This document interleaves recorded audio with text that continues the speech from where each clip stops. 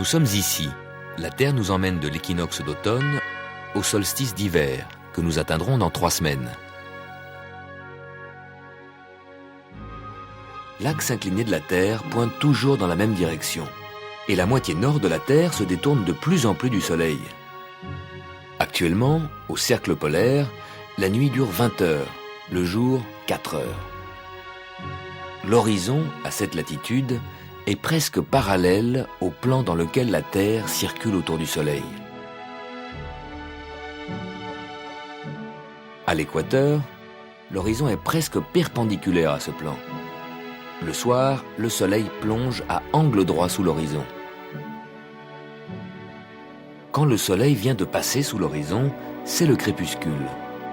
Le Soleil éclaire encore un peu le paysage tant qu'il se trouve à moins d'une largeur de main sous l'horizon, 6 degrés. Là où la plupart d'entre vous habitent, autour du 45e parallèle, le Soleil met 1 heure pour descendre à 6 degrés sous l'horizon. Le crépuscule dure donc 1 heure. Dans le Midi, à Tunis ou en Sicile, la trajectoire du Soleil est plus raide. Au bout d'une demi-heure déjà, le Soleil est descendu à 6 degrés au-dessous de l'horizon. Le crépuscule ne dure qu'une demi-heure. À l'équateur, en 20 minutes, il fait nuit. Au pôle Nord, 6 semaines de crépuscule.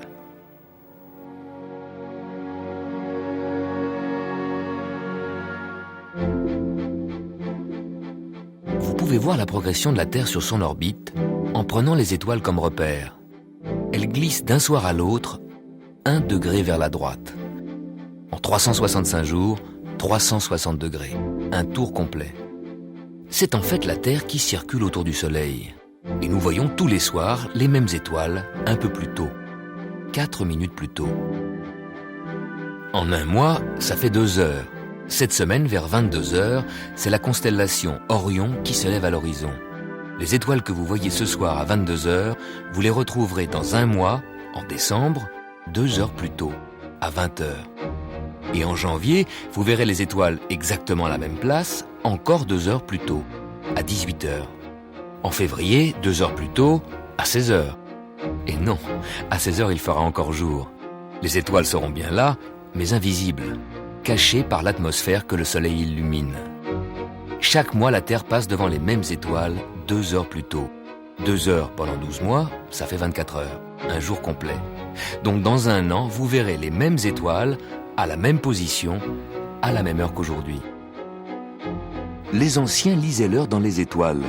Pour vous aussi, l'univers des étoiles peut être une grande horloge. Si vous ne confondez pas étoiles et planètes.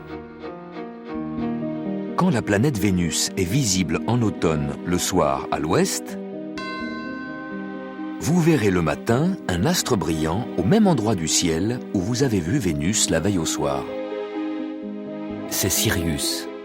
On confond souvent Sirius et Vénus, car ces 2 astres, très brillants, apparaissent parfois au même endroit.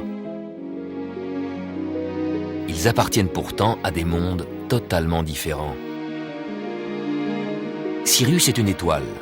Elle est très très loin de nous. Sa lumière met 9 ans pour nous parvenir. Vénus est une planète. Elle ne rayonne pas, elle nous renvoie la lumière qu'elle reçoit du Soleil. Vénus est très proche de nous. La lumière qu'elle reflète nous parvient en 4 minutes. De très très loin, nous regardons Sirius. Nous voyons l'étoile dans cette direction et nous la retrouverons l'année prochaine, à la même date, à la même heure, dans la même direction. Par contre, la planète Vénus va bouger. Elle est ici, mais l'année prochaine, quand nous repasserons là où nous sommes aujourd'hui, elle sera ailleurs, derrière le Soleil. Pour que Terre et Vénus se retrouvent dans la même position, il faut qu'elles se pourchassent 8 ans. Alors que Sirius, chaque année, est au rendez-vous.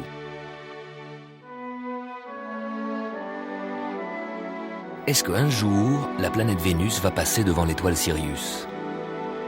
Jamais. Vénus, comme la Terre et toutes les planètes, circulent à peu près dans le même plan. Les groupes d'étoiles, les constellations, à l'arrière-fond de ce plan, forment le zodiaque. l'étoile Sirius fait partie de la constellation du Grand Chien, qui est plus bas dans le ciel que le zodiaque, en dessous des Gémeaux. Orion, à droite, est en dessous du Taureau. Vénus, au cours de son périple, passera donc successivement devant les constellations du zodiaque. Taureau, Gémeaux, Cancer, Lion et tous les autres, mais jamais près de Sirius. Ni près de la Grande Ourse, une constellation bien au-dessus du zodiaque. Comment se fait-il alors que nous voyons Vénus le soir, au même endroit, que Sirius le matin?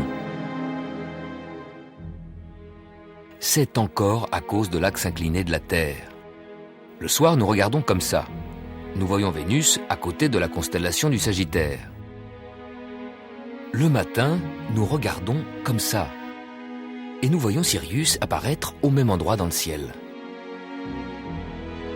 Vénus, à droite, en haut devant le zodiaque, ne rencontrera jamais Sirius, à gauche, en bas. Sur son orbite, Vénus est plus rapide que la Terre. Chaque fois qu'elle nous rattrape, tous les 20 mois environ, on devrait la voir passer entre nous et le Soleil. Mais l'orbite de Vénus est légèrement inclinée par rapport à l'orbite de la Terre. La plupart du temps, Vénus, vue de la Terre, passe donc un peu au-dessus ou en dessous du Soleil. Chaque année, début juin et début décembre, la Terre traverse le plan de l'orbite de Vénus. Pour un alignement parfait, il faudrait que Vénus passe ce point exactement le même jour. Là, nous pourrions voir Vénus transiter devant le Soleil. Un transit de Vénus, c'est donc très rare. Il faut attendre plus d'1 siècle. Mais quand il se produit, le suivant vient seulement 8 ans plus tard. En 1761, un astronome français, Le Gentil, fait le voyage aux Indes pour voir le transit de Vénus. Un petit point noir qui en quelques heures passe devant le Soleil. Mais Le Gentil arrive en retard. Frustré et tenace, Le Gentil reste aux Indes. Il sait que 8 ans plus tard, Vénus, encore une fois, passera devant le Soleil. Pour vous, ce sera en 2004, puis en 2012. L'occasion de voir de vos propres yeux l'ordre dans le désordre des orbites.